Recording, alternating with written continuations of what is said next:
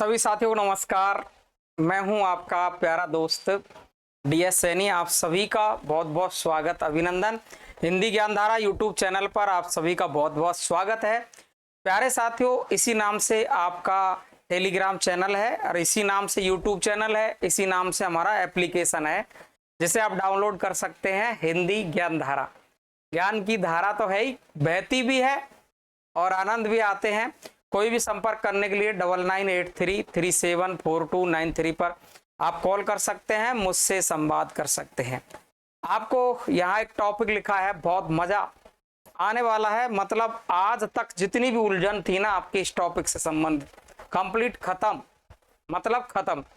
सर्वनाम की उलझन से कैसे सुलझे, सर्वनाम में उलझन है, इससे कैसे सुलझे हम, ये बात आपको धैर्य से सुननी है। डिटेल में ऐसे ही पढ़ाते हैं हम। किस पर? ऐप पर जो पढ़ाई उस PDF को मैंने यहाँ पर लिख दिया है। और हम है हिंदुस्तानी, हम है राजस्थानी। सभी भर्ती परीक्षाओं के लिए बहुत उपयोगी ये क्लास रहने वाली है। सब जगह पर सर्वनाम आता है। सर्वनाम टॉपिक नहीं है आपके सिलेबस में, तो वाक्य शुद्धि में इसका प्रश्न आ जाता है। तो मजा आने वाला है आज की क्लास में। दिमाग हिला देने वाली क्लास। मतलब कैसी होगी फिर ये क्लास? ऐसी होगी जो सच में ही आपका दिमाग हिला देगी। सुनेंगे धैर्य से। 1 मिनट पहले फिर मैं आपको पढ़ाना चालू करूंगा। सर्वनामों में आपके कुछ सवाल ऐसे होते हैं जो हमको उलझा देते हैं। जैसे हम कोई का प्रयोग कहाँ करें, कुछ का प्रयोग कहाँ करें, जैसे कौन का प्रयोग हम कहाँ पर करें और क्या शब्द का प्रयोग हम कहाँ करें, हमें पता नहीं है। सर्वनाम में एक शब्द आता है आप, और आप 3 सर्वनामों में प्रयुक्त होता है। आप 3 बच्चों का बाप, ऐसे याद रखेंगे। आप 3 बच्चों का बाप मध्यम पुरुष में आता है, अन्य पुरुष में आता है, इसके अलावा निजवाचक में भी आता है। लेकिन उसका उत्तर निजवाचक कब होगा, मध्यम पुरुष कब होगा और उसका अन्य पुरुष उत्तर कब होगा, ये तीनों बात आपको समझनी पड़ेगी, तब जाके उसका उत्तर फाइनल होगा। दूसरी बात, एक चीज आती है उसमें वह और बे। वह और बे का मतलब यह है कि वह, बे, यह, ये। तो इसमें से वह और बे निश्चयवाचक में भी आता है, अन्य पुरुष में भी आता है। लेकिन मुझे कैसे पता चलेगा कि इसका उत्तर अब तो ये निश्चयवाचक है और अब ये अन्य पुरुष है? हो गई उलझन। 2 तरीके की उलझन बता दी मैंने आपको। अब आप तीसरी उलझन सुनो। तीसरी उलझन ये है कि ये जो निश्चयवाचक सर्वनाम है और सार्वनामिक विशेषण है, इसमें हमें कतई भी पता नहीं चलता है कि ये सर्वनाम है या सार्वनामिक विशेषण है। जैसे मैंने कहा यह अनुराधा का घर है और मैंने कहा यह घर अनुराधा का है। दोनों में उलझन है। कौन से में वाक्य में तो सर्वनाम का प्रयोग किया है और कौन से वाक्य में सार्वनामिक का प्रयोग किया है। यह घर अनुराधा का है, यह अनुराधा का घर है। कौन से में तो सर्वनाम है, कौन से में सार्वनामिक विशेषण है, इसको निश्चित करना मुश्किल होता है। तो मैं यही तो कहना चाहता हूं आपसे कि ये उलझन है, उलझन है। और इस उलझन को कैसे सुलझा सकते हैं? आप शब्दों के प्रयोग है, वह बे के प्रयोग है, सर्वनाम और सार्वनामिक विशेषण में अंतर है, इसको हम कैसे सुलझा सकते हैं? वो गुत्थी आपको सुलझाने के लिए आप बात कर सकते हैं आपके भाई से, DS सैनी से, ठीक है। और उसको हम ऐसे चुटकियों में, मिनटों में सुलझा सकते हैं। चुटकियों में आंख खोलते ही दिखते ही उत्तर राइट होगा आपका। वो कैसे हो सकता है, वो जादू आपको मैं बताने वाला हूं। दूसरी बात, हमारा उत्तम पुरुष शब्द है, उनमें कौन कौन से शब्द निश्चित होते हैं कि वही शब्द आएंगे, उसके अलावा कोई भी शब्द आया तो हमारा वाक्य गलत माना जाएगा। मध्यम पुरुष में कौन से शब्द आते हैं और यदि उन शब्दों के अलावा कोई दूसरा शब्द आया तो हमारा वाक्य गलत माना जाता है। फिर हम कौन से शब्दों का प्रयोग करें, यही तो उलझन है और यही उलझन आपको सुलझानी है। और धैर्य से सुनेगा, लाइफ सेट हो जाएगी। तुम कहोगे सर ये क्या इस वीडियो से लाइफ सेट हो जाएगी? हाँ भाई, एक प्रश्न यदि आपने राइट कर लिया, हो सकता है एक प्रश्न आपको सिलेक्शन दिलवा दे। तो ये है डिटेल में आपको पढ़ाने वाला हूं बड़े शानदार तरीके से, समझेंगे आप आराम से। फिर से देख लीजिए, आप सभी भर्ती परीक्षाओं के लिए इससे जुड़ सकते हैं। एलटी ग्रेड हो, जीआईसी, प्रवक्ता हो, चाहे आपकी यूपी टीजीटी पीजीटी हो, चाहे बीपीएससी हो, चाहे आपका केबीएस हो, एनबीएस हो, ईएमआरएस हो, छत्तीसगढ़ हो, उत्तराखंड हो, झारखंड हो, आप जहां से भी, तेलंगाना, आंध्रा से भी पढ़ रहे हैं, कलकत्ता से भी पढ़ रहे हैं, पता नहीं कहां कहां से लोग इस आपके प्यारे भाई से जुड़ रहे हैं, और सब ये ईश्वर की, प्रभु की कृपा है, आपकी कृपा है। साथियों, सही ढंग से आपको समझना सभी भर्ती परीक्षाओं के लिए उपयोगी है। देखिए साथियों, सबसे पहले मैं अब थोड़ी फास्ट गति में चलूंगा, क्योंकि मैंने जो मुख्य बातें थी, जो मैंने आपसे बात करी। सर्वनाम का साधारण अर्थ है सभी का नाम। संज्ञा के स्थान पर प्रयुक्त होने वाले शब्दों को सर्वनाम कहते हैं। संज्ञा की अनुपस्थिति में प्रयुक्त होने वाले शब्द ही सर्वनाम होते हैं। बार बार संज्ञा आ रही है, इससे बचने के लिए हम करते हैं प्रयोग सर्वनाम का। मोहन कल मेरे घर आया था, मोहन बहुत दुखी था क्योंकि मोहन की पुस्तक खो गई थी, अतः मोहन को मैंने मेरी पुस्तक दे दी। ये वाक्य मैंने लिखा, इसमें मोहन मोहन मोहन और मेरी बार बार में आ गया। अब मैंने क्या किया, इन सभी संज्ञाओं की जगह पर, तीनों संज्ञाओं की जगह पर मैं सर्वनाम ले आया। एक सर्वनाम का प्रयोग भी यहाँ गलत किया गया, तो इसकी जगह पर मैं दूसरा सर्वनाम ले आया। तो मोहन कल मेरे घर आया था, वह बहुत दुखी था क्योंकि उसकी पुस्तक खो गई थी, अतः उसे मैंने अपनी पुस्तक दे दी। अब ये यहाँ तक की बात तो एकदम आपको लगती साधारण कि ये तो हम ही जानते हैं, गुरुजी आप इसमें कौन सी अलग सी चीज बता रहे। हाँ भाई, अलग चीज आएगी अब। और अगर आपको ऐसे ही पढ़ना एक एक चीज समझ समझ के, तो भाई साहब अगर आपकी लाइफ सेट करनी है तो आपको हिंदी ज्ञान धारा से जुड़ना पड़ेगा भाई साहब। अब तुम ये कहोगे सर ये तो लालच वाली बात हो गई। हाँ भाई, मैं तो ऐसे यूट्यूब पर फ्री पढ़ाता हूँ, तो यूट्यूब पे ही पढ़ लो, ठीक है ना। तो आपको जहां उचित लगे वहां पढ़ लो, लेकिन पढ़ो तो सही।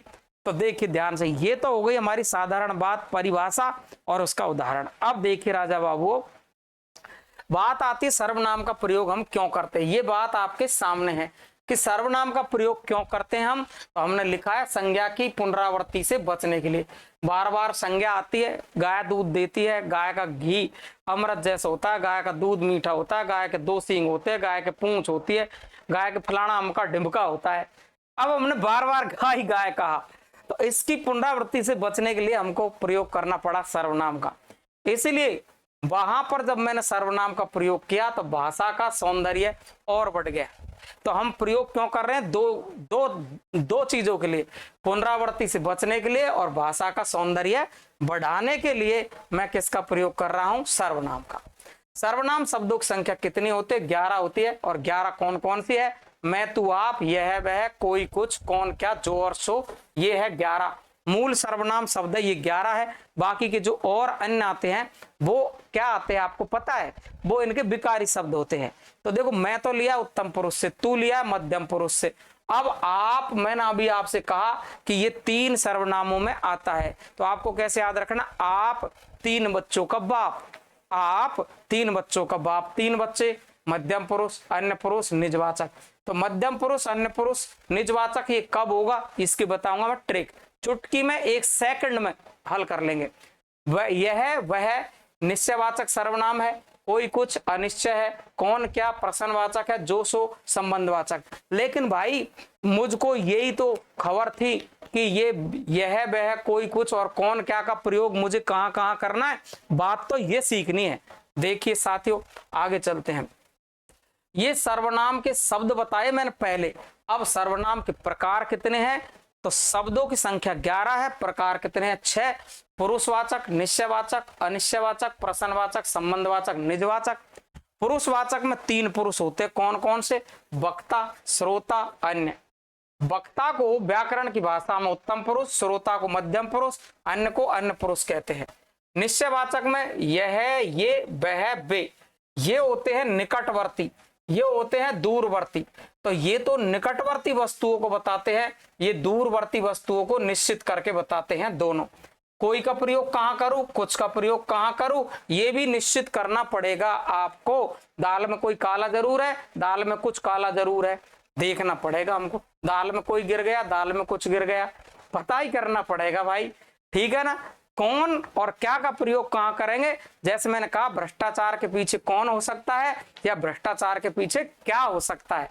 अब कौन सा वाक्य सही होगा, इस बिल में कौन रहता है और इस बिल में क्या रहता है, दोनों में से कौन सा सही होगा, ये ही निश्चित करना पड़ेगा कि कोई का प्रयोग कहाँ, कुछ का प्रयोग कहाँ, कौन का प्रयोग कहाँ, क्या का प्रयोग कहाँ, देखना पड़ेगा, समझना पड़ेगा। जो सो, ये जो संबंधवाची है, सो सह संबंधवाची है, इसका प्रयोग कैसे कर सकते हैं ये भी मैं आपको आगे बताने वाला हूं।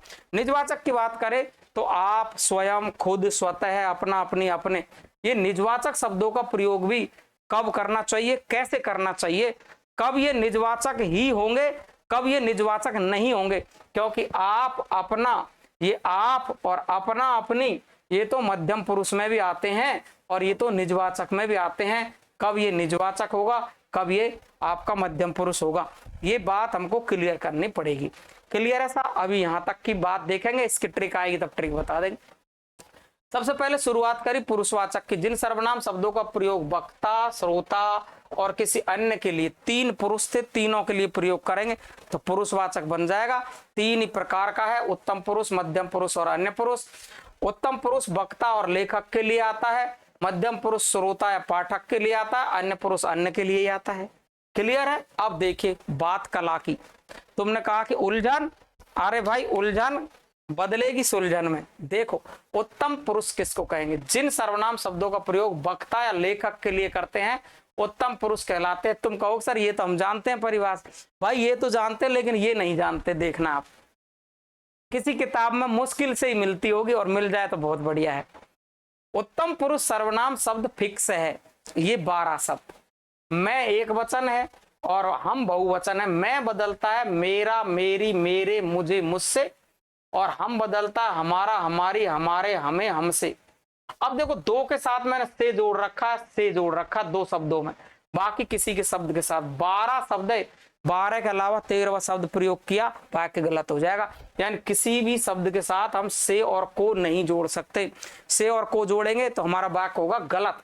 इन 12 के अलावा कोई सा शब्द नहीं आएगा। जैसे सर्वनाम शब्द होते ही नहीं है, मैंने साफ लिख दिया है, मेरे से नहीं होता है, मेरे को नहीं होता है, मुझको नहीं होता है, हमको नहीं होता है, हमारे को नहीं होता है, हमारे से नहीं होता है। सर्वनाम केवल ये ही होते हैं, इनके अलावा ये सर्वनाम नहीं होते हैं। जैसे मैंने एक वाक्य लिखा, मेरे से क्या काम है, तो भाई ये मेरे से है, ये गलत है, यहां होगा मुझसे।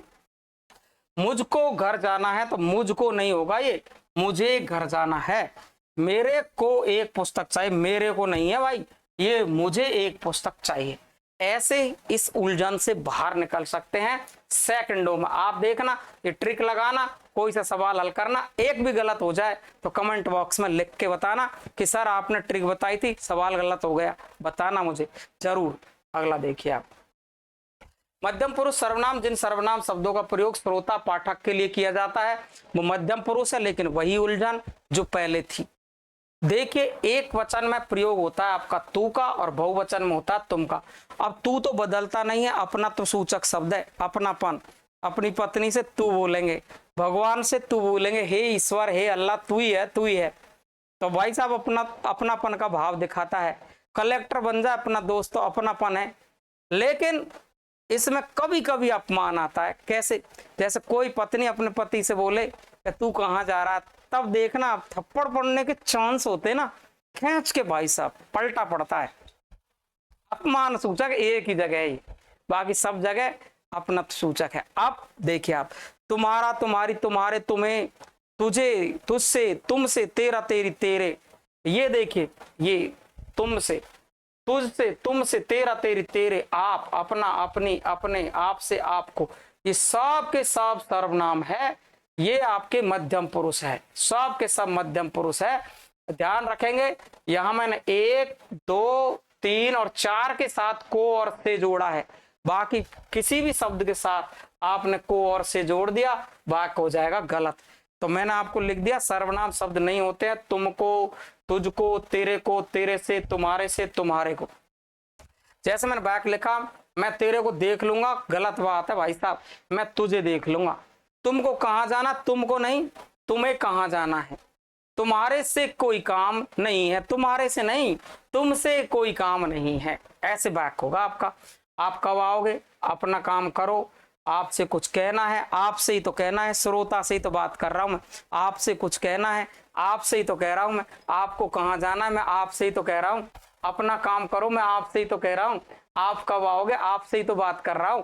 जब मैं आपसे ही बात कर रहा हूं, जब मैं श्रोता से ही बात कर रहा हूं, पुरुष कौन सा होगा? मध्यम पुरुष।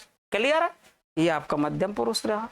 बात करते अपन अन्य पुरुष की। तो अन्य पुरुष देखिए आप, जिन सर्वनाम शब्दों का प्रयोग वक्ता श्रोता किसी अन्य के लिए करते हैं, अन्य पुरुष सर्वनाम कहलाते हैं। इसमें कोई रोक टोक नहीं है, जैसे जो ही करो।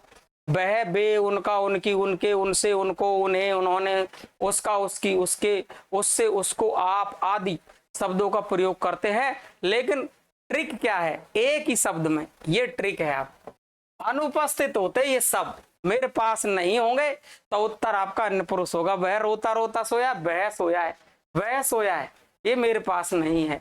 वे जा रहे हैं, वे जा रहे हैं, मेरे पास नहीं है। उनकी दादी जी अंग्रेज बोलती है तो उनकी बोलती है, मेरे पास नहीं है, है ना। उन्होंने अभी खाना नहीं खाया तो उन्होंने नहीं खाया, मेरे पास नहीं है। उसको बुला कर लाओ, उसको, वो भी मेरे पास नहीं है, अनुपस्थित है। देख लो आप, गांधी जी हमारे राष्ट्रपिता है, आप अहिंसा के पुजारी, आप मेरे पास नहीं है। बाबा तो गए, गया ना बाबा तो देखो, प्रेमचंद उपन्यास सम्राट थे, आप अच्छा लिखते थे, ये आप मेरे पास नहीं है, बाबा भी गयो, इसका मतलब अनुपस्थित होगा। तो आपका उत्तर होगा अन्य पुरुष। इसी तरीके से आपको बहुत सारी चीजें हैं, वीडियो थोड़ा लंबा बन रहा है, इस तरीके से निश्चयवाचक सर्वनाम को समझ सकते हैं हम। तो आज अपन यहां तक ही इस क्लास को रखेंगे, बाकी का लाला लालियो हम मिलते हैं आपको कब? कल, यानी अगली क्लास में। आया मजा तो कमेंट बॉक्स में जरूर लिखना मेरे प्यारे साथियों। अगर आपको आनंद आया हो सच में ही, कि सर वास्तव में ही आनंद आ गया, तो कमेंट बॉक्स में जरूर लिखना। आज यहीं तक के लिए नमस्कार।